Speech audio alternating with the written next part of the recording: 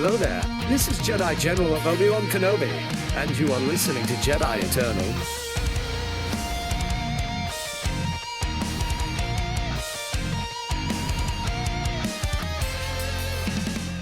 What's up, ladies and gentlemen? We're back for another installment of Jedi Eternal, a Star Wars podcast. I am one of your co-hosts, Braxton Taylor, alongside Andrew, the Great Shepherd Bolin. The Great Shepherd, huh? Andrew is, he's like, the leader of his youth group at his church, and so he's just telling me all the wacky stories of these miscreant youth. Oh, boy. Well, he is the Great Shepherd, and he is not shepherding too spoil the rod, spoil the sheep, or spare the rod, spoil the sheep, Yeah. The joys of working with youth, right? I've done in my years so far, I've often wondered if I'm making a difference. I'm surely making a difference. Yeah, I taught several grades when I was working at the church's school years ago, and I was mostly over like grades like 5th and 6th, and I literally about lost my mind. So I can empathize with you. All those kids are in jail now. They're all in prison, federal penitentiaries, or on heroin for sure. Anyway, we are back once again, guys. We're very excited to be here. It's been a bit of a hiatus. Kind of how it happens. It's just, oh boy. Never ends. It never ends, folks. There's a billion things that always happen, it seems like, but we're very glad to be back. Hope you did enjoy that little video Andrew did a while back on the Acolyte trailer. Hope you enjoyed that, and hopefully we can maybe do some more of those in the future. But yeah. It was it was one of those things. You were gone, but the Acolyte had just came out. The trailer had just come out. And we were right. So we decided I would just do a little thing, and not my favorite way to do it. That's for sure. By myself, it's kind of awkward and not near as entertaining. I think as our,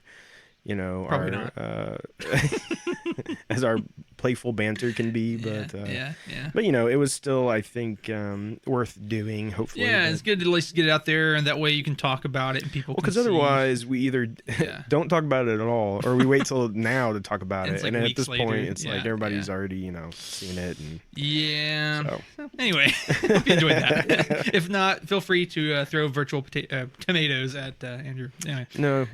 Don't do that. Yeah, okay. You'll make me cry.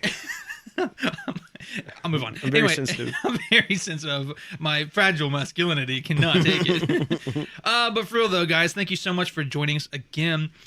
We just want to quickly drop a little bit on our Patreon here, a little bit of an announcement, or not announcement, but talking about it once more as we usually do on every episode. And we have one tier on our Patreon that's only $5 a month, and that Patreon gets you access to a few things that we, you probably already know very well, but we want to talk about it in case there's any new folks in our on this episode here. First and foremost, probably the biggest thing that you're going to get out of this Patreon subscription, of course, is that you get access to a second podcast from us called And Other Stuff, where we discuss pretty much anything and everything that is not Star Wars, whether it be movies or video games or whatever we feel like talking about in our personal lives. It's usually a pretty fun time over there. It gets maybe a little even more wackier over there than it does here. So, feel free to join that to get access to that podcast.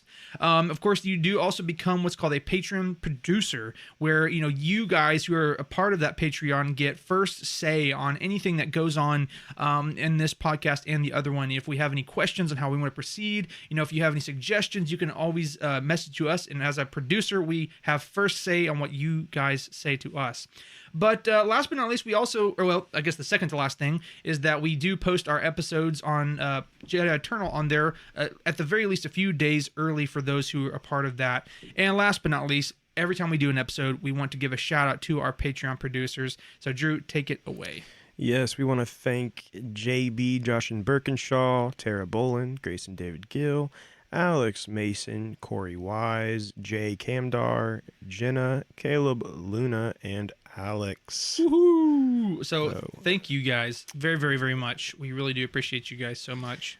Yes, we do. It means a lot to us, and it does allow us to do some things that we probably would not do otherwise. So there is some.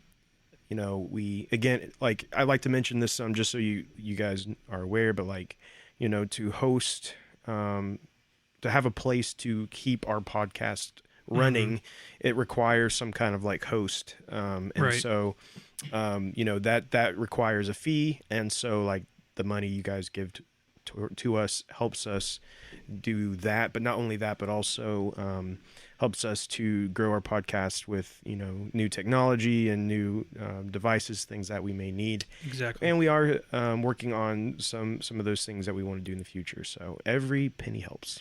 Absolutely. And again, it is not lost on us that you guys pay money to us every month on that. So we are so thankful for that. But thank you for joining that. We're going to go ahead and put that out because, people probably are tired of hearing that every time. But you know what? we always say it. But as we do in season 2, we like to go ahead and throw in. Whoa. What's going on here? Your mic's about to fall off the stand. What's going on here? Yeah, I'm not sure. Whoa! Oh, you just absolutely I destroyed just their ears. destroyed everybody's ears. I'm so sorry. Because like the mic dropping was pretty bad, and then you screamed into it. So it was a double whammy, folks. Sorry about that. Well, so my son has been grabbing this here a lot lately, and I think I need to work on it some now. But I think we're okay for the moment. Okay. I think we're gonna survive. I apologize to anyone listening in their car or have earbuds in, and I just like. Our lawyer says if you do have to go to the hospital, we are not liable. Now I could say, let's go back and edit that out, but I'm totally not going to do that. Totally not going to do that. That's how professional we are, guys. So, like I said, in season 2, as we usually do, we like to go throw in a few fun facts for you and some trivia. So, pulling from Star Wars fascinating facts, story, lore, and history from the greatest galaxy from Pablo Hidalgo. We got 2 fun facts for you this week. First one is a short one. It's just called Throne of the Sith. The jagged Sith throne found deep beneath Exegol in The Rise of Skywalker finds its origins in artwork by Ralph McQuarrie, exploring an idea from the early drafts of Return of the Jedi. In that version of Episode 6, the Emperor ruled from a throne room hidden deep beneath the surface of Had Abaddon, the city planet. That throne sat in a pool of lava. So, pretty cool. That was cool. Pretty neat, like what could have been and stuff like that. But as much as we like to trash on the sequel trilogy, and I still do, is that one thing I will credit to the sequel trilogy is that they did actually pull a lot of old Ralph McQuarrie concept stuff and adapt it to the new sequel trilogy, which cool for them. Anyway, so the second and last fact for this week is called C-3PO. The early skeletal incarnation of C-3PO seen in The Phantom Menace is a good example of collaboration between old and new methods. At the time in the late 1990s, a skeletal C-3PO would be way too complex to build as a CG animated character, but was also impossible to realize as a man in a suit. Instead, C-3PO was built as a practical puppet by the ILM model shop and puppeteered in the bunraku style, a 17th century Japanese technique wherein the puppeteer stands behind the model and drives its performance. ILM artists then digitally painted out the puppeteer, replacing the performer with imagery from a, quote, clean plate version of the empty set. So that's actually pretty cool, and I think that's what makes Star Wars so good for a lot of people is that they're constantly using all of these cool, innovative techniques in the era that they're being made at the time, right? And that's what really brings that realism to the movies. So, but whether it's cutting bleeding edge CG effects, we're not gonna whether you like it or not, the time the prequels were made, it was bleeding edge CG effects to the practical effects of the original trilogy to the mixed practical and CG of the new stuff. Very cool. I just wanted to say that that was a pretty cool fact to me that they use 17th century old puppeteering stuff. Classic Star Wars. Classic George Lucas. Okay. Good old Lucas. So that concludes our fun facts for the week. So we do have one trivia question for you. And that question is, what is the name of Anakin's stepbrother? What is the name of Anakin's stepbrother? So we'll let you guys think about that. Type your answers in the comments. Don't cheat. And we will reveal the answer as we close out this episode. Don't be bad, boys and girls. So yeah, I hope you guys enjoyed those fun facts and trivias, but we're going to go ahead and get into what is new in this week in Star Wars. And the first thing we're going to talk about today is very fresh, and that is the Tales of the Empire was announced for May the 4th. Of course, we're very familiar with Tales of the Jedi, but apparently we're getting now Tales of the Empire, following the same format. Yeah, it's very interesting. This, just dropped a few hours ago as when we were recording this, and so thank you for doing that for our podcast. We appreciate it.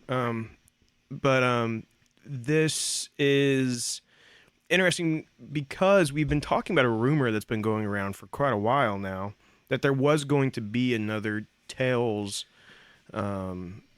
series, but this is not what we had heard. Yeah. It's similar, but not what we heard. We were hearing it was going to be Tales of the Sith. So it's interesting that what we end up getting is actually Tales of the Empire, which you could argue is... Like Sith play into that to some degree, yeah, right? so it's probably where the rumor kind of...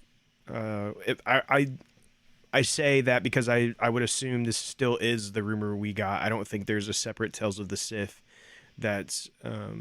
like on its way, even though that may still happen, but I think this is what we were hearing about.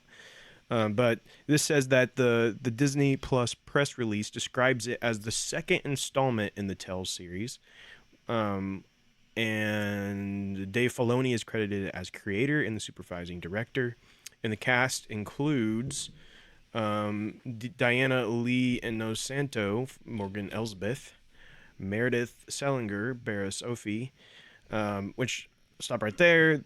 From the trailer, there is a trailer, and based on what we see in the trailer, it does appear that these are the two characters we're getting it focused on. Because as we saw in Tales of the Jedi, we had the focus was on Ahsoka and Count Dooku. Yeah. And so this appears to be Morgan Elsbeth and Barra Sophie. So I think that's pretty cool. The fourth sister is also in this. We have Thrawn, which looks fantastic in the Clone Wars animation.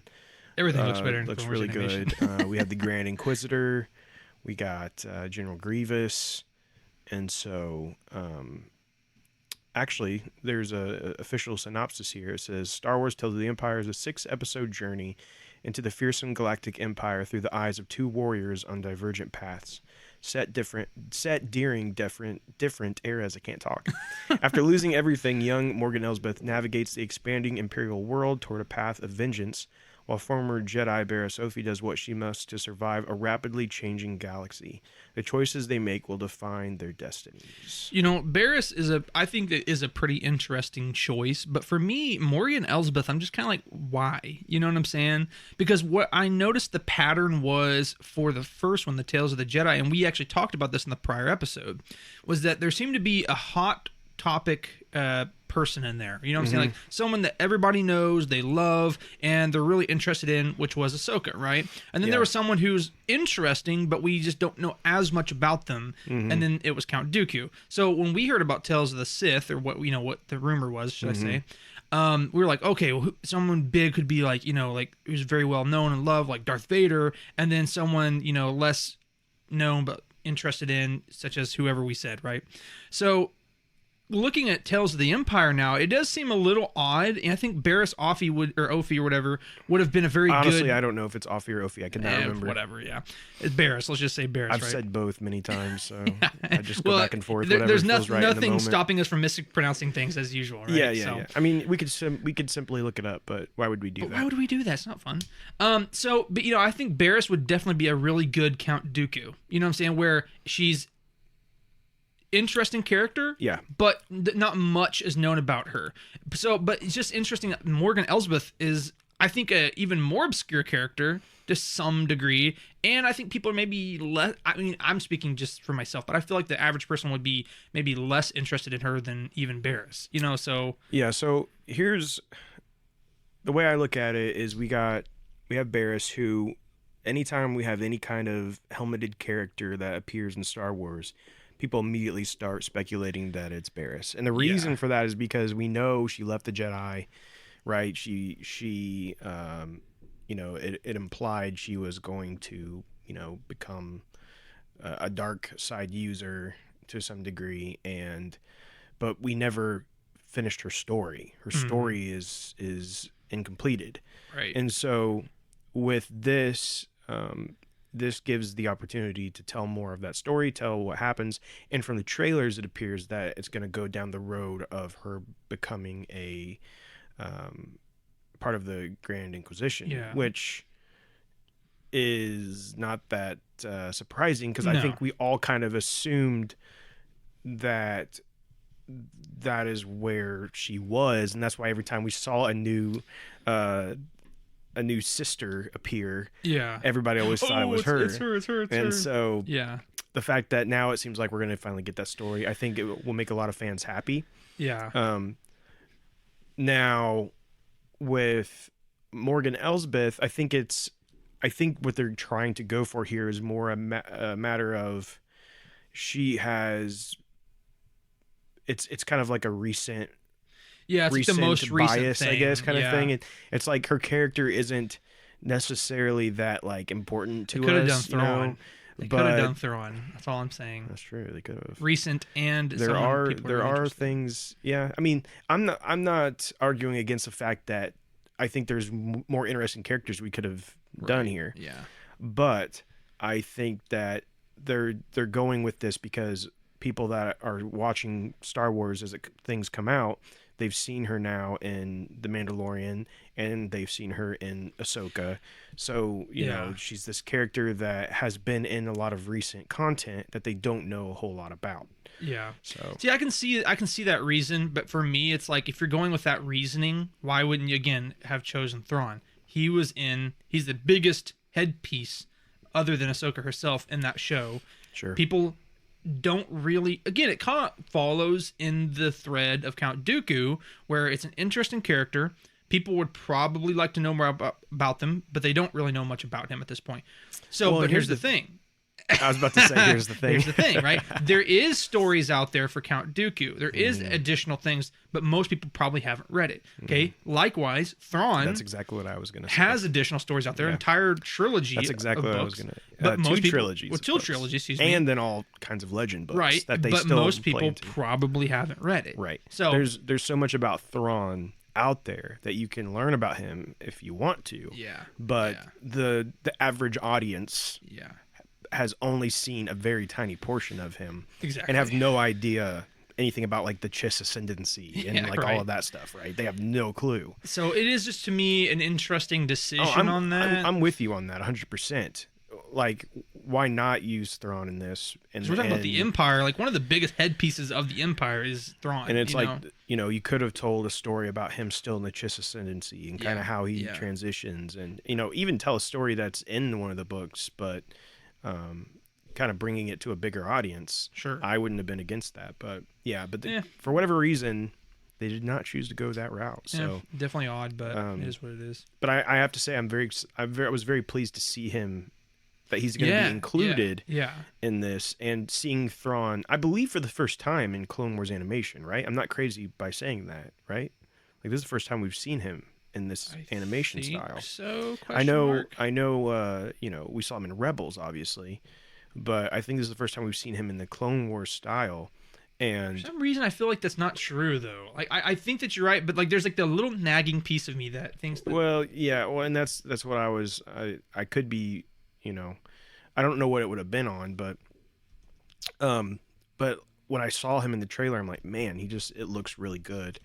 And because Rebels, as much as I love parts of Rebels, the animation style always just drove me crazy. I was never a fan of the animation style of Rebels, but I love the Clone Wars animation, and so seeing Thrawn, we've seen Thrawn in Rebels, and which was, I think, a pretty good representation of him, and then we got him in live action, which I like that they used Lars, but I think the makeup is still just kind of it's not exactly what you're expecting. It doesn't really hit right for me, which I know that part of that is I almost think they need to add some CG on top of it or something.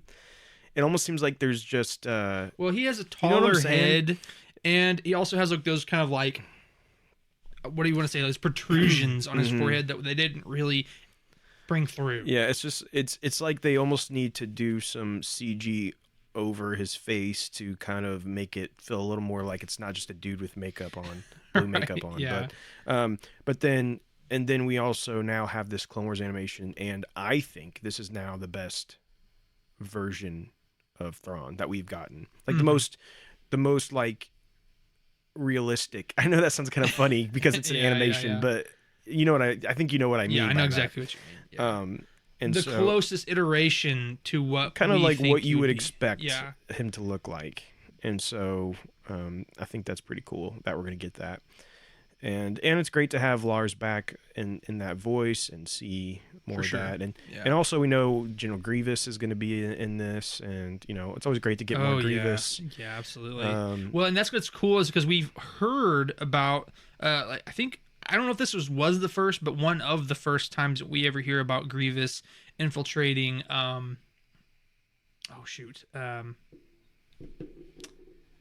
the planet with the sisters. I can't even think of something. Oh, Dathomir. Yeah, so we hear about him going and just decimating Dathomir, but to actually see it, this is going to be pretty sweet. Yeah, so lots of cool stuff with that, and we get some of the other sisters. I know one of them. I believe I saw in the trailer is the one that Ahsoka later has to fight in the Tales of the Jedi. Yeah, most likely. So, yeah.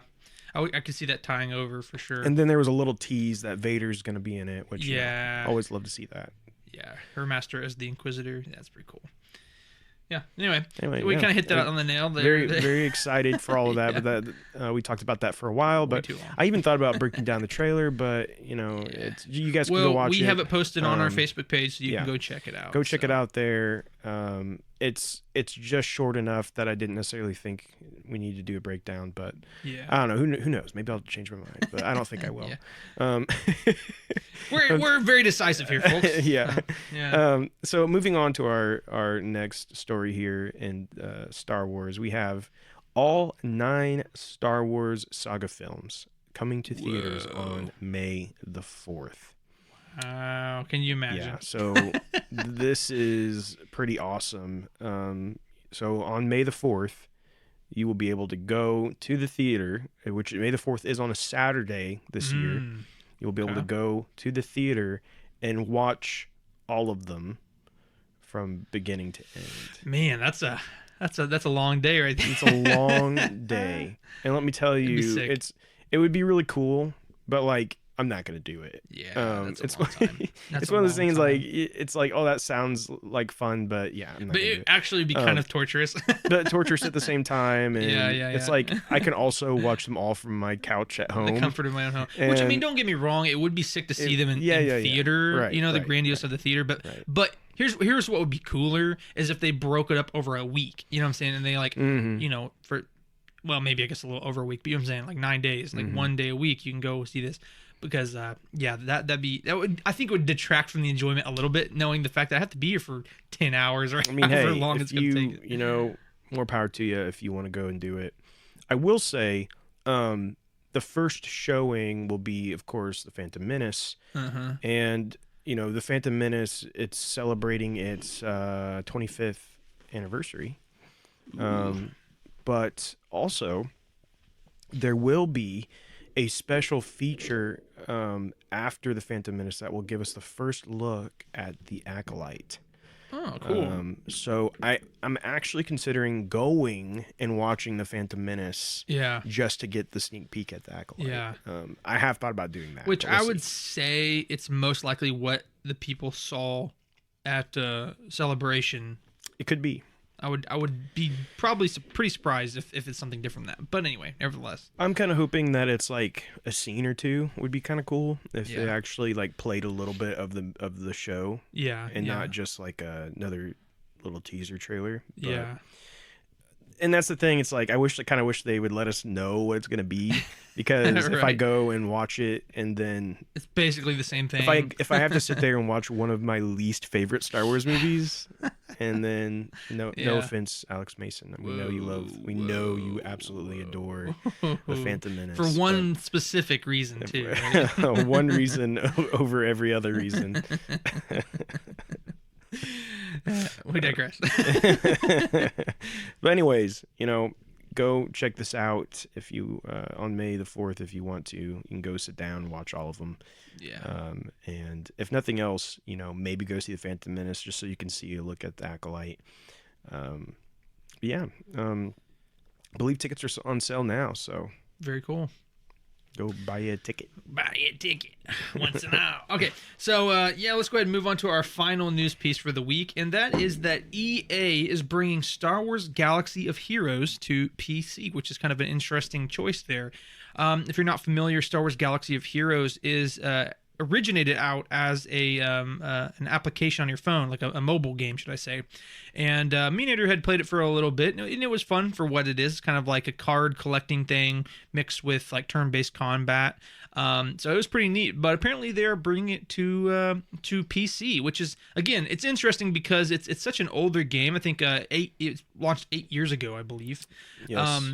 8 years. 8 years ago, and again, it's a fun game for what it is, but it's definitely a mobile game, right? Like it's definitely kind of meant for mobile gaming. It's casual, you know what I'm saying? So Yeah, this is an interesting one because again, like you said, we've both dabbled in this game multiple times throughout the years. right, We've kind of gotten the itch for something Star Wars, and it's just an easy one to jump into. But it's never kept me. Every time I play it for a little bit, like maybe a week or two, and I'm like, okay, yeah, this is good, and and then I quit playing it every time. yeah, And not saying it's bad, it's just not really like my thing, I guess. mm-hmm. I think you have gotten quite considerably farther in it than I have, but I think this is cool that they're bringing it to PC because, to me that means they're not going anywhere. I guess they're doubling down on it, saying like this is still something we're going to continue to support, and I mean they're constantly still bringing new characters and updates. Yeah, and for those who play this game, good for you guys. Yeah, and it says the PC version is going to have cross-save functionality with the mobile version.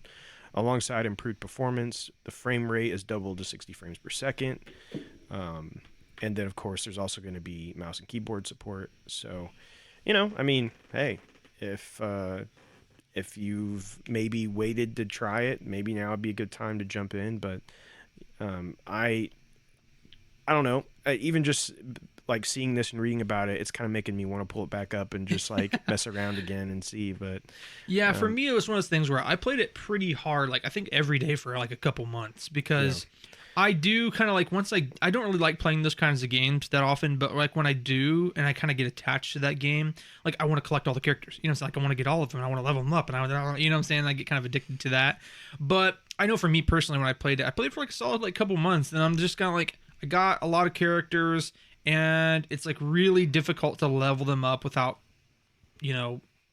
paying basically Dish for out the stuff. money. And it's like, no. So I'm saying, can you get enjoyment out of this game and win? And it's not like a pay to win type thing, but you can pay to level up your characters because like once you get to a certain level, you just kind of stall out pretty high, and and it has some like time gating and stuff, right? Exactly. So, yeah.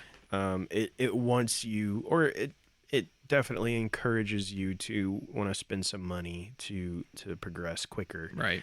And that's just kind of that's what it always comes back to with mobile games that just annoy me to death. Right. Exactly. I would 100% rather purchase a game like this for like even charge me $10. I don't care. Right. I'd pay $10 for it and never time gate me or ask me to spend money for anything. And see what the thing is like just kind of getting into the industry just like for like a half second. It's like for a long time that's how it was. You pay for like a really cool game like in Infinity Blade. You remember Infinity Blade? Yeah. Great games for mobile games. And they were probably like a $5-10 or something like that. Maybe not even that much. But I just remember like you pay for it and then that's it. There's your game. You know, but what they realize is like, well, if you give it to them for free, but then you have them all these little tiny things that they can pay, they're going to pay $100 rather than $30 or $10. It's really, it's almost like a. It's kind of like dealing with like our addiction tendencies. You know what I mean? Like of humanity is like our tendency to almost get addicted to something is it like feeds off of that. Well, and feeds off exactly. of that desire. Like that one more thing, kind of one more thing here, dangling it in front of you. And how they do it too is that it's also more accessible, right? When I want to buy this new character, it's not $10. It's not $50. It's a couple bucks, right? Maybe, you know what I'm saying? Well, and that's the industry as a whole, and not even in mobile games anymore, right? I mean, even like it's even in console games Fortnite with like and stuff like that. Yeah, like a battle pass, right? Or like any battle pass, like, and most games have them now. Yeah. It is a staple now of video games. Is like, you're gonna buy a game, or it's a free to play game, right? Fortnite free to play. And you can play it, but if you want to get a bunch of cool skins and all this stuff, you play as your favorite character, then you're gonna have to dish out some dough. You have to get them V-Bucks. Now it's like, can you get coins or whatever? I can't remember, like V-Bucks through the game. Yeah, but it's gonna take you half a year to get enough to buy one character. Exactly. So anyway. And like a lot of them, I know even with like Call of Duty, which it does the same thing. It gives you Call of Duty points. is even worse in my opinion because it is. Every season you have to buy the battle pass to get the new guns. And if you don't buy it, then you don't get the new guns. Well, and they they're like, they give you COD points, some of them free, but it's only just like a little bit. Yeah. But then it's like, but if you want to, but if you get the battle pass, then you also get like a 10% boost in XP progression. So it's like, it's kind of pay to win. You know what I'm saying? Yeah. If you don't get it, you don't get the boost, and you don't get the new weapons, which are oh my goodness, totally OP. I know we started way too late. I know we did. Anyway, okay, so let's go ahead and move on, though. That kind of finishes up. We're like yapping so long today. We haven't recorded for a while. That's no, you don't smell my dog. Oh. No? Oh, dude. Thank goodness. Let me cover my nose if I can. I don't know what in the I don't know if this is going to muffle my voice and all, but... It's horrendous. Oh, gosh. Okay, well, so anyway, let's move on to our rumors, though, for the week. And the first rumor is Saber Interactive CEO. So see if you guys remember that name at all.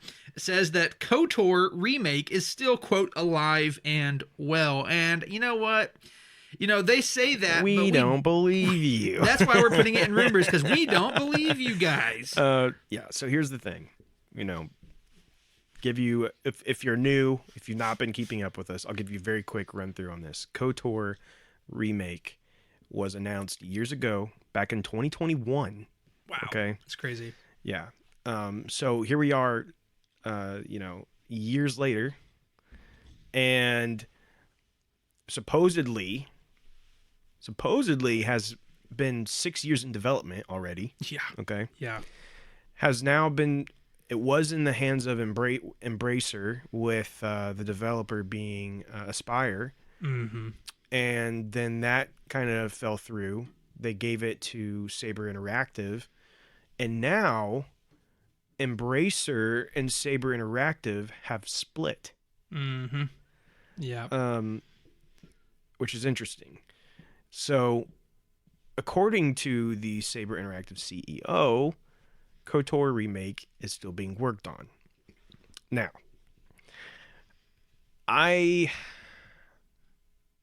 here's what he said. It's clear and it's obvious that we are working on this. It's been in the press numerous times. What I will say is that the game is alive and well, and we are dedicated to making sure we exceed consumer expectations. Well, it's not clear and obvious, first of all. When your company falls through like 3 times and you switch ownership, it's like it's not that clear and obvious. It's not clear and obvious. And even PlayStation, which when this was first announced, it was, it was being announced as a PlayStation exclusive. Yeah. For the PS5. That was kind of like a big selling point for the upcoming PS5. 'Cause I don't even think the PS5 was out yet when they announced this and said it was coming to that console. And so that was kind of the big thing. And so now PlayStation, they came like when they did their latest like upcoming games and kind of their list of things they've announced, and some of it even still years away. The Knights of the Republic wasn't even on there. Yeah. It wasn't there.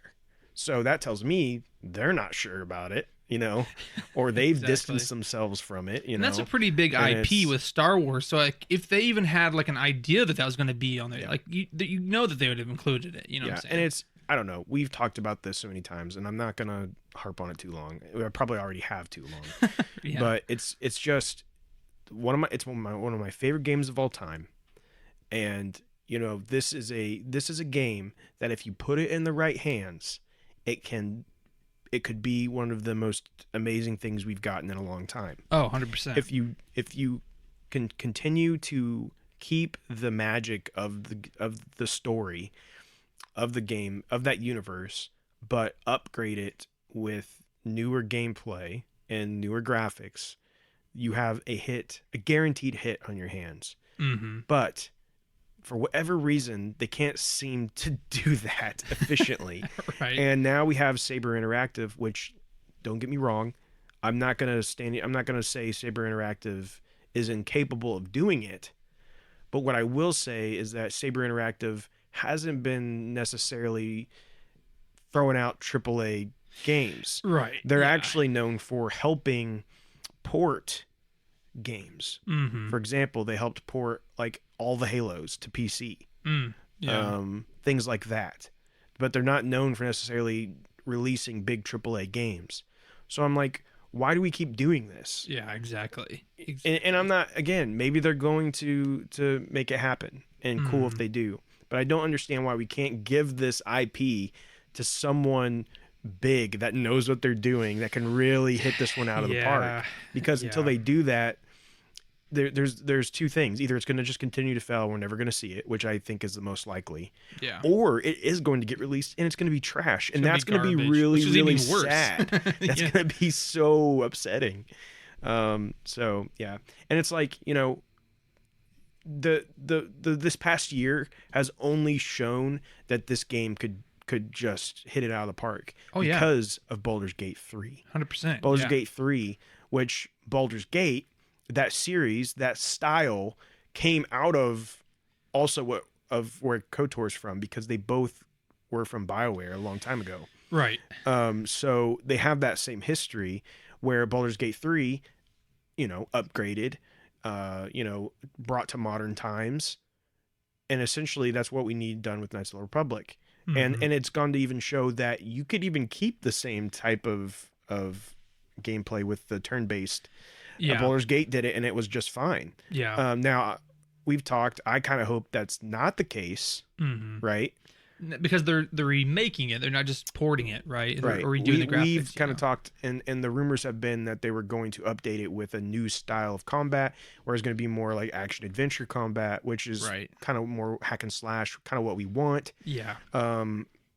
But they've gone to show with Baldur's Gate 3, you can still do turn-based and people will show up. Now, I will say with Baldur's Gate, and we're getting off a little topic here, but it's like with Baldur's Gate, the turn-based kind of, it supplements the game in the sense that, it aids the storytelling. It's supposed to be as if you're playing Dungeons and Dragons. You know what I'm saying? Very true. And so you have to do, in real life, if you're playing Dungeons and Dragons at a table, you have to do turn-based combat. There's no other way. So it's almost like a funny little nod and nostalgic type, I don't know about nostalgic, like a funny little nod to the fact that you are a game player. Like you are literally playing a digital version of D&D. When you play Baldur's Gate. So the turn-based combat is actually integrated into the game itself. Yeah. It's not just like, oh, this is how you play it. Right. Anyway. Which I think is a good justification for why KOTOR should change its style, because it's there is not anything like that to justify it, other than that's just kind of like that's how it was at the beginning. Yeah, that's just kind of where it came from, and in that year and everything, it kind of fit into what BioWare was doing and all of that. But you know, I think now with the technology that we have, with Right. the trend of the games that have been coming out for the past decade, Right. it wouldn't really make sense, you know. Yeah, and I still think you will capture a bigger audience with 1,000%, with a Force Unleashed style gameplay, or or even in more recent the Jedi series. Yeah. But anyway, let's move on past that to our next rumor, which is kind of continuing in the same trend of that someone who should know what they're talking about, but we don't believe them. Patty Jenkins claims she is back working on Rogue Squadron. Whoa. So as I said to you earlier, Braxton, so does this mean she's like working on it for free in her bedroom? Yeah, like she's she's been hashing around some ideas at the old apartment It's here, like- yeah, it's she claims that she is working as writer and director of Rogue Squadron still. Yeah. She goes as far to claim in this that actually it was agreed upon right prior to the summer strikes that happened. I don't know. Sounds like someone who desperately wanted to do this movie and it got canceled, and then she's like, no, it's still happening, Yeah. So according to this, she left the project to make Wonder Woman 3 before then losing that project because of the James Gunn takeover. Well, that's what you get for canceling. And now she says that she is back in the saddle. So I don't know. I don't, again, just like this last rumor we talked about, I don't really believe it. I have a really hard time believing that we see this movie, at least see this movie anytime soon. Yeah. I mean, we have all of our kind of like dockets of like the movies that are coming out, and that's not been a part of it. No. And so. the movies that we have gotten are going to be the ones we see in the next, like 6-7 years. Exactly. Something like that. So if Rogue Squadron happens, we're looking at, closer to probably like 10 years. It's like, and it just, I don't want to talk about it for 10 years. It's like, let's just, if it happens, it happens. We'll talk about it. I don't want this to continue to be something we have to talk about every year. Is Patty Jenkins Rogue Squadron? She says she's still working on it. And that's also a depressing thought. We could be talking about this when we're in our 40s. Oh, that's really depressing. Let's move on. Man. Well, that ruined the episode. I just want to go cry now. Time is inescapable. Yeah. So anyway, so let's move on to our final rumor of the week, and that is Daisy Ridley says the quote new Jedi Order movie could start filming either late 2024 or early 2025. So Drew, why do we have this as a rumor? So we have this as a rumor because it very clearly doesn't necessarily sound like she knows for sure. She's been getting interviewed for another movie that she's in, and of course, obviously, she's getting Star Wars questions, and she says she knows a script is happening, and she said she's going to be reading it imminently, but she actually doesn't know. She doesn't know what's in the script or anything yet. And that in terms of shooting, she thinks, it could be end of this year, beginning of 2025. But again, she's just throwing stuff out there. She doesn't, right. She doesn't really know, other than I'm sure she's heard some things, but she doesn't know for sure. She said she does think that the writer's strike obviously delayed a lot of things. She thinks that the original intention was for this year sometime, but she doesn't know now if that will still be the case. So, it's just kind of just throwing some stuff out there. Mm-hmm. I think that if we assume that The Mandalorian and Grogu is taking that 2026 spot, then odds are that this releases... Well, so there's still 2 movies in the 2026, right? Right. Yeah. Which is crazy to me that they're. Don't even get me started. I'm getting started. Folks. Yeah, no. So, what happened last time we had Star Wars movies 6 months apart? We know the results of that. Of Right. course, it's just a failure, and now we won't even ever get another movie like that because we're like, oh, it's a failure. They said it was a failure and that they shouldn't have done it. They shouldn't have released it so soon. Mm-hmm. Literally, that's what they said. And then they stopped doing those completely. Mm-hmm. And now we've like gotten no movies. Mm-hmm. And now we're finally gonna get a new Star Wars movie. And what are they gonna do? They're gonna release 2 within 6 months again. Method. Yeah. What in the world? I don't get it. I don't know. Now listen, for me, I don't care. For me, great. 2 Star Wars If we can movies get 2 in a year. good Star Wars movies in a row, Cool. awesome. I'm all Yeah. in. But if it truly was a hindrance last time, why are we doing it again? I don't know. It doesn't make any sense to me. But anyways, if we assume the Mandalorian Grogu is taking May 2026, which has been highly suggested, Yeah.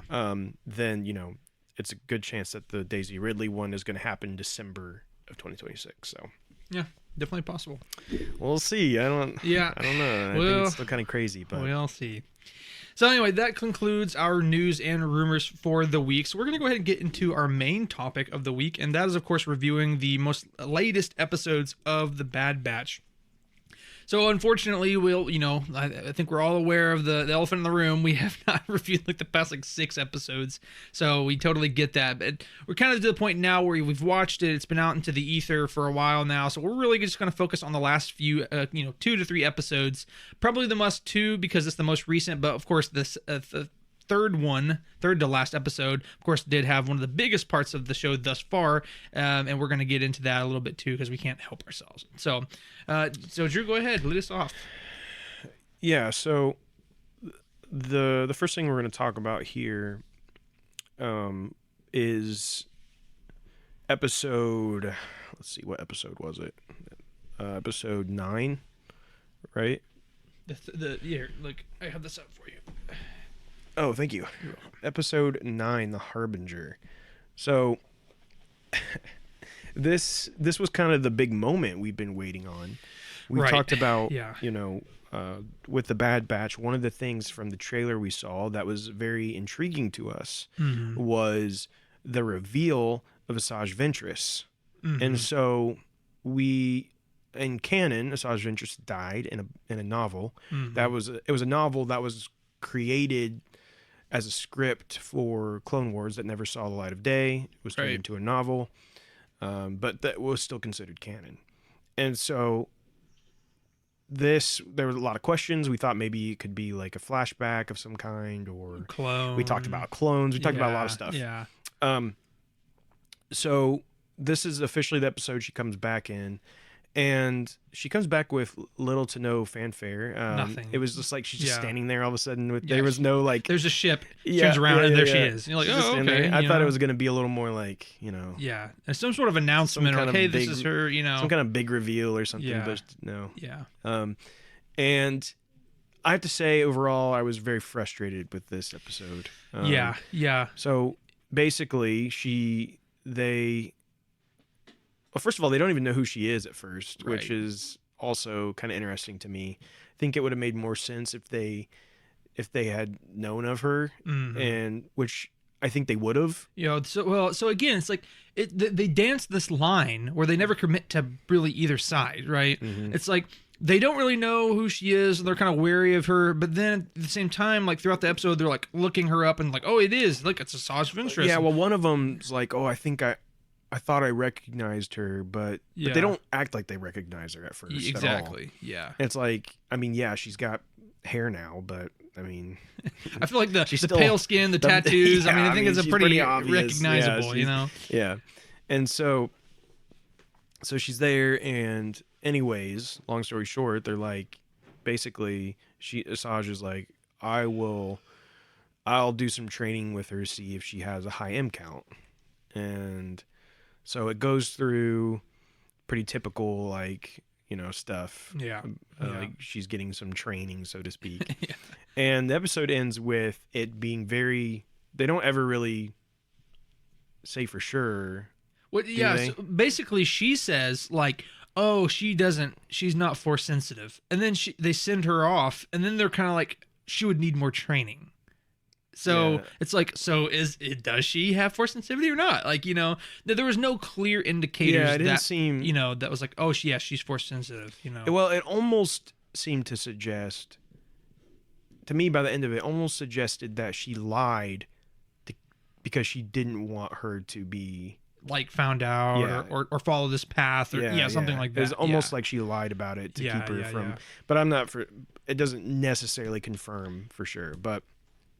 Sorry, go ahead. No, well, go ahead because you had a thought. Just finish. Well, I was just gonna say that the most annoying thing of the episode though is that it never explains how Asajj Ventress exactly is back. Yeah. Obviously the number one question we all have as fans. I thought she was dead. How's she come back? we thought she's dead. How is she back? And the episode refuses to answer that question. Not even a hint. Doesn't even hint at it. Well, I will say there's maybe one hint. Oh, is there? There's maybe one hint, and that is at one point, it says something, and her response was like, "I have a few lives left," or something like that. Yeah. Like basically, isn't the Empire going to be searching for you because you have a high M count? Yeah. It's like, well, I'm not worried about it. I have a few lives left. Yeah.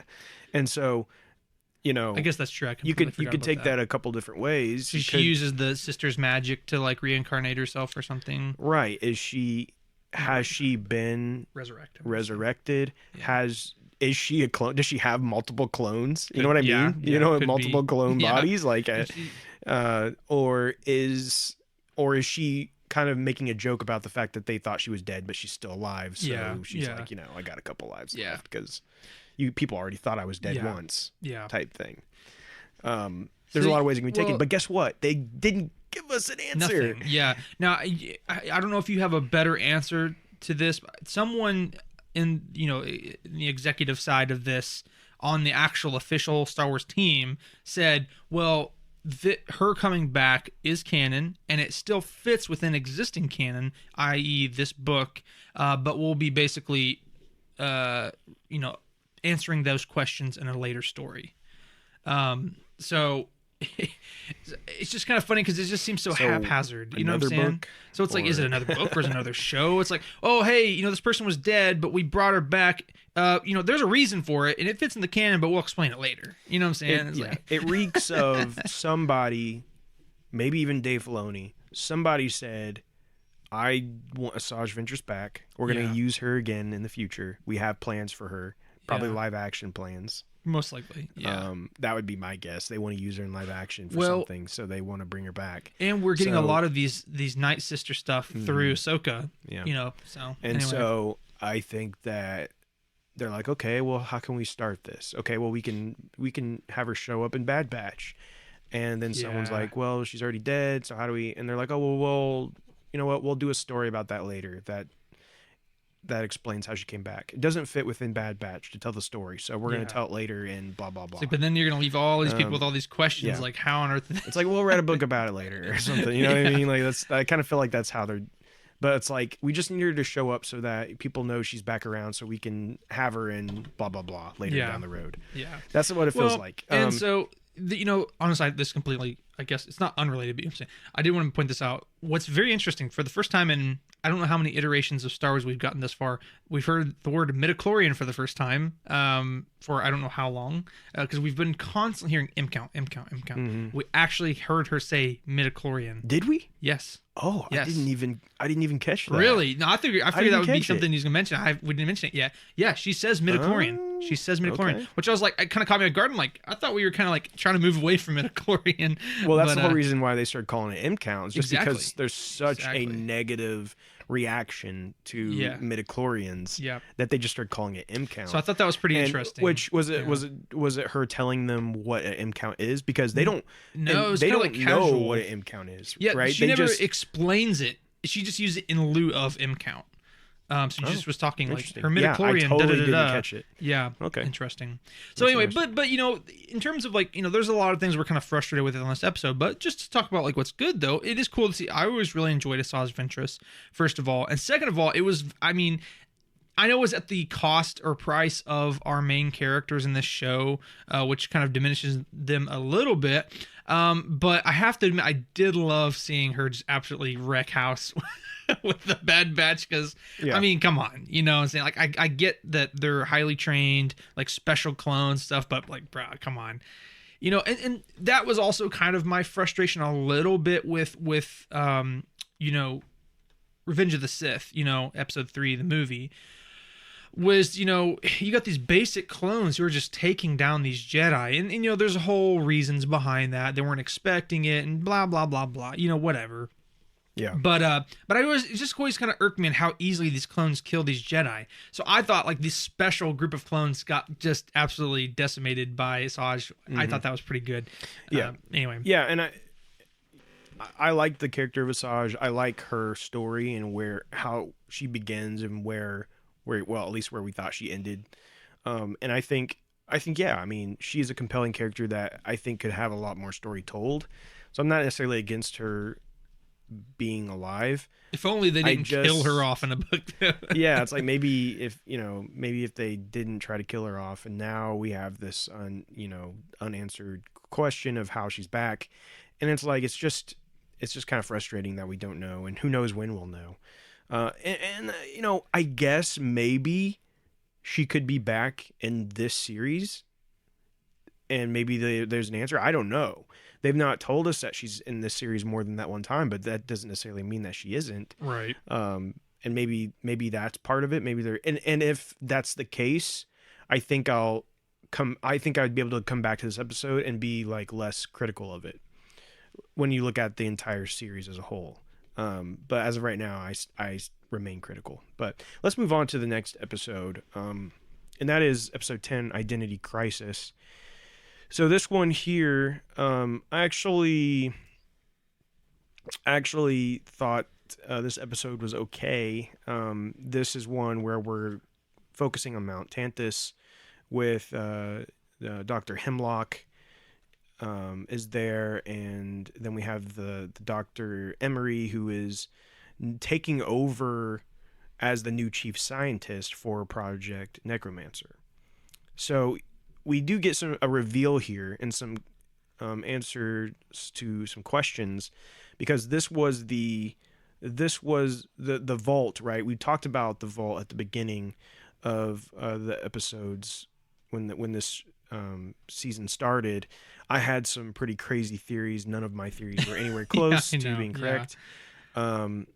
It is actually children with high M counts are being held captive within this vault. Mm-hmm. And so obviously the reasoning for that is they're wanting to have a way to bring Palpatine back if he were to die, right? So we do know that Omega, we do have this answer, that Omega's blood is the perfect binder between the children's blood and, I assume, Palpatine. Well, whatever it's the clone and the M count. Right. Yeah. So, and so that is like what they need her for.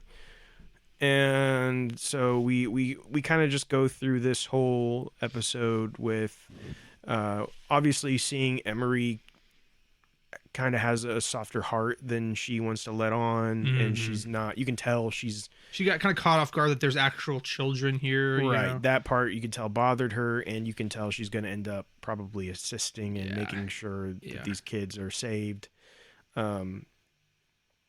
Also, we do get to see Tarkin, which is always a great appearance. Oh, yeah. We see Tarkin there. And what's interesting is that even Tarkin doesn't know what's going on. Even like the highest general, you know, essentially in the Empire at this point, doesn't even know what's happening. Yeah, well, and he doesn't even really care. You know Right, what I mean? He's like, whatever this dumb project is, just don't mess it up, or you're spending all our money. Taking all our And it's money. like, it's like you better not mess this up and spend all our money. So, and we do see, let's see. Trying to think if there's anything else that is really that of interest to bring up about that episode. I don't really think there is. We get introduced to some new like force sensitive kids, which they could end up being. Oh well, there is Cad Bane, right? He shows up at the end of this episode. Does he show up at the end of this one, or is it just in the next episode? That's a good question. I think it is this one, because basically at the very end he brings the baby to the facilities to Emery. So yeah, I was in this episode. Yeah, so it was cool to see Cad Bane. Cool to see Cad Bane, as always. Cad Bane's pretty cool. And then moving on to the last episode, which is episode 11, Point of No Return. This one here, we see. What's your thoughts on this clone that's going around? Do you think it just seems like they're putting calling a lot it Clone of X2? Yeah, they're putting a lot of kind of mystery around this clone. Mm-hmm. You know what I'm saying? Do you think it's tech? I hear a lot of people saying they think it's tech. I don't know. It could be, maybe, but see, I thought he showed up before Tech died. Supposedly, I thought. I could be wrong on that, but I don't know. Maybe not, because it made it the story this far is kind of like almost made it seem as if the special assassin clone group has been around for a little bit already. Yeah. Now that doesn't mean that Tech couldn't have been, brainwashed, indoctrinated, pre-programmed, whatever, and then put it into this existing program. Yeah. But I don't know. It's a good question. Now, again, the fact that it's so mysterious and like only he is there and he's such an integral part of this capture, it would be a bigger drop, I guess. To me, I don't want to say it's a cop-out, but it just seems kind of obvious. You know what I'm saying? It's like, if it is him, it's like, oh, it's Tech. Well, how surprising is that? You know what I'm saying? Like, not to say that wouldn't be a cool drop, I guess, but I don't know. It just seems kind of obvious. Like, Tech just randomly disappears, and they never recovered his body. And it's like, right? Yeah, no, it's definitely kind of the obvious, like, if he takes his helmet off, it's Tech, and be like, oh, yeah, exactly. I'm not gonna be like, oh, what? Exactly. Yeah. But then at the same time, like, I don't even know who else it could be to make it that kind of like, oh, it's got to be to justify this mystery, Yeah. Right. So I'm not sure what's going on there, but he does go, and he goes and lands in the same cave that Ventress did. So obviously, like, they need to have some better, like, some security in this area here. in this cave. Like, yeah, this is one blind spot that just no one knows about, I guess. Yeah, and so X2 shoots detonators onto the Marauder, and Wrecker notices, and so he goes and gets caught in the blast. Good riddance. Not having to hear Wrecker's voice for a while. Yeah, I know. I swear, I'm so tired of Wrecker. I'm so negative about this show in just every way. I know it's got like people that love the show probably like hate us, but well, again, there's that like short time where we realized D. Bradley Baker's from Bloomington, so we wanted to get him on the podcast. And it's like, dude, his managers probably listened to like one episode of this podcast, and they're like, no, he's not. Like, there's no way he can go on there. he comes in, and we're like, so why'd you choose such a stupid voice for Wrecker?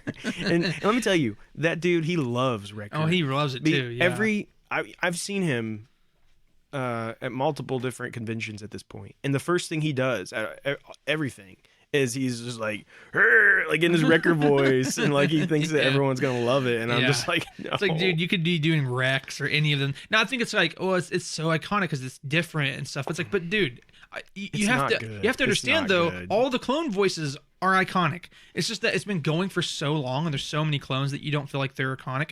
But they are. And if you did Rex, I can promise you people would enjoy that movie more. Yeah, Wrecker's voice is just the absolute worst. It makes me so mad. Yeah. Anyway, so Yeah, moving on. Yeah, so basically with this episode, the big thing is that Omega turns herself in. Yeah, Right. she's seeing all the carnage that she Um, believes is being caused because of her. She says, "You know what? I'm not letting anyone else die or get hurt or whatever. I'm going to turn myself in." Yeah. Which is again is such a like this. You can tell this is really made for children because it's like you do realize if you turn yourself in, yes, these people right now may be getting hurt and it's bad. Technically, it's not exactly your fault, first of all. But second of all, if you turn yourself in, it's going to aid a project that will ultimately hurt millions more people. You know? And the stupid thing is she's like, she says she can turn herself in, and Crosshair's like, oh, well, you can't do that. We'll lose you or whatever. And she's like, oh, just shoot a tracker onto their ship. Oh, okay. And so then she turns herself in, and guess what? Crosshair doesn't get a chance to shoot a tracker onto the ship. Yeah. So now she's completely gone again, and they're back where they started. Exactly where they started. You know, and that's what's so frustrating with these shows. It just seems like a lot of these shows that Star's been putting out is that they'll have like basically a huge swath of episodes where like basically nothing happens. It's almost like they were like, okay, they're like, so we can't keep Omega from the rest of the crew this whole season. So she's going to escape. They're going to hang out for a while, but then she's going to get taken again so that we can actually finish the story that we want to tell. Yeah. But we just couldn't finish it yet because we needed her to spend more time with them in the season. Exactly. That's exactly like what it. And again, it's just again. I said it a billion times already, and I'll say it again. With all of these Star Wars shows, whether it be animated or live action, it just seems like, oh, hey, here, guys, we're gonna give you all of these episodes, 6, 8, 15, whatever, right? But probably 60% of these episodes, 65% of these episodes are gonna be pointless and filler, and like there's no reason for it. Like, why? Give us a 2-episode season then, if that's really what it comes down to. If both of those episodes are gonna be super jam-packed with action and storytelling, and it gets us to where it needs to go. Because I was telling, Drew, I was telling you before we started this podcast today, it's like with these last two episodes, 10 and 11 of the show, it just feels like, yes, for the second to last one on number 10 is interesting to add context to the world and understand how bad the Empire really is and stuff. Yes. And is the last episode, number 11, is that necessary to progress the story in terms of how she gets back to the Empire or whatever? Sure, yes. But it's like both of these episodes could have only been like 1 to 3 scenes and be done. But yet they stretch it out into 2 whole episodes. You know what I'm saying? Yeah. And so it's just frustrating. It's like, why give us 15 episodes when you have several of them that's just nonsensical and mean nothing? And you know what I'm saying? I just don't get it. I don't get it. Yeah, I don't get it either, but enough of us being negative Nancy's. Yeah. They're overall, I think that the theme of these episodes, the stuff that's going on was more interesting as a whole than they have been. Oh, 100%. Yeah. You can tell we're gearing up towards the finale. We're getting in this second half of the season where the ante is being raised. So all those things are good. And so, we'll leave it at that and hope that the rest of the season continues to kind of get better.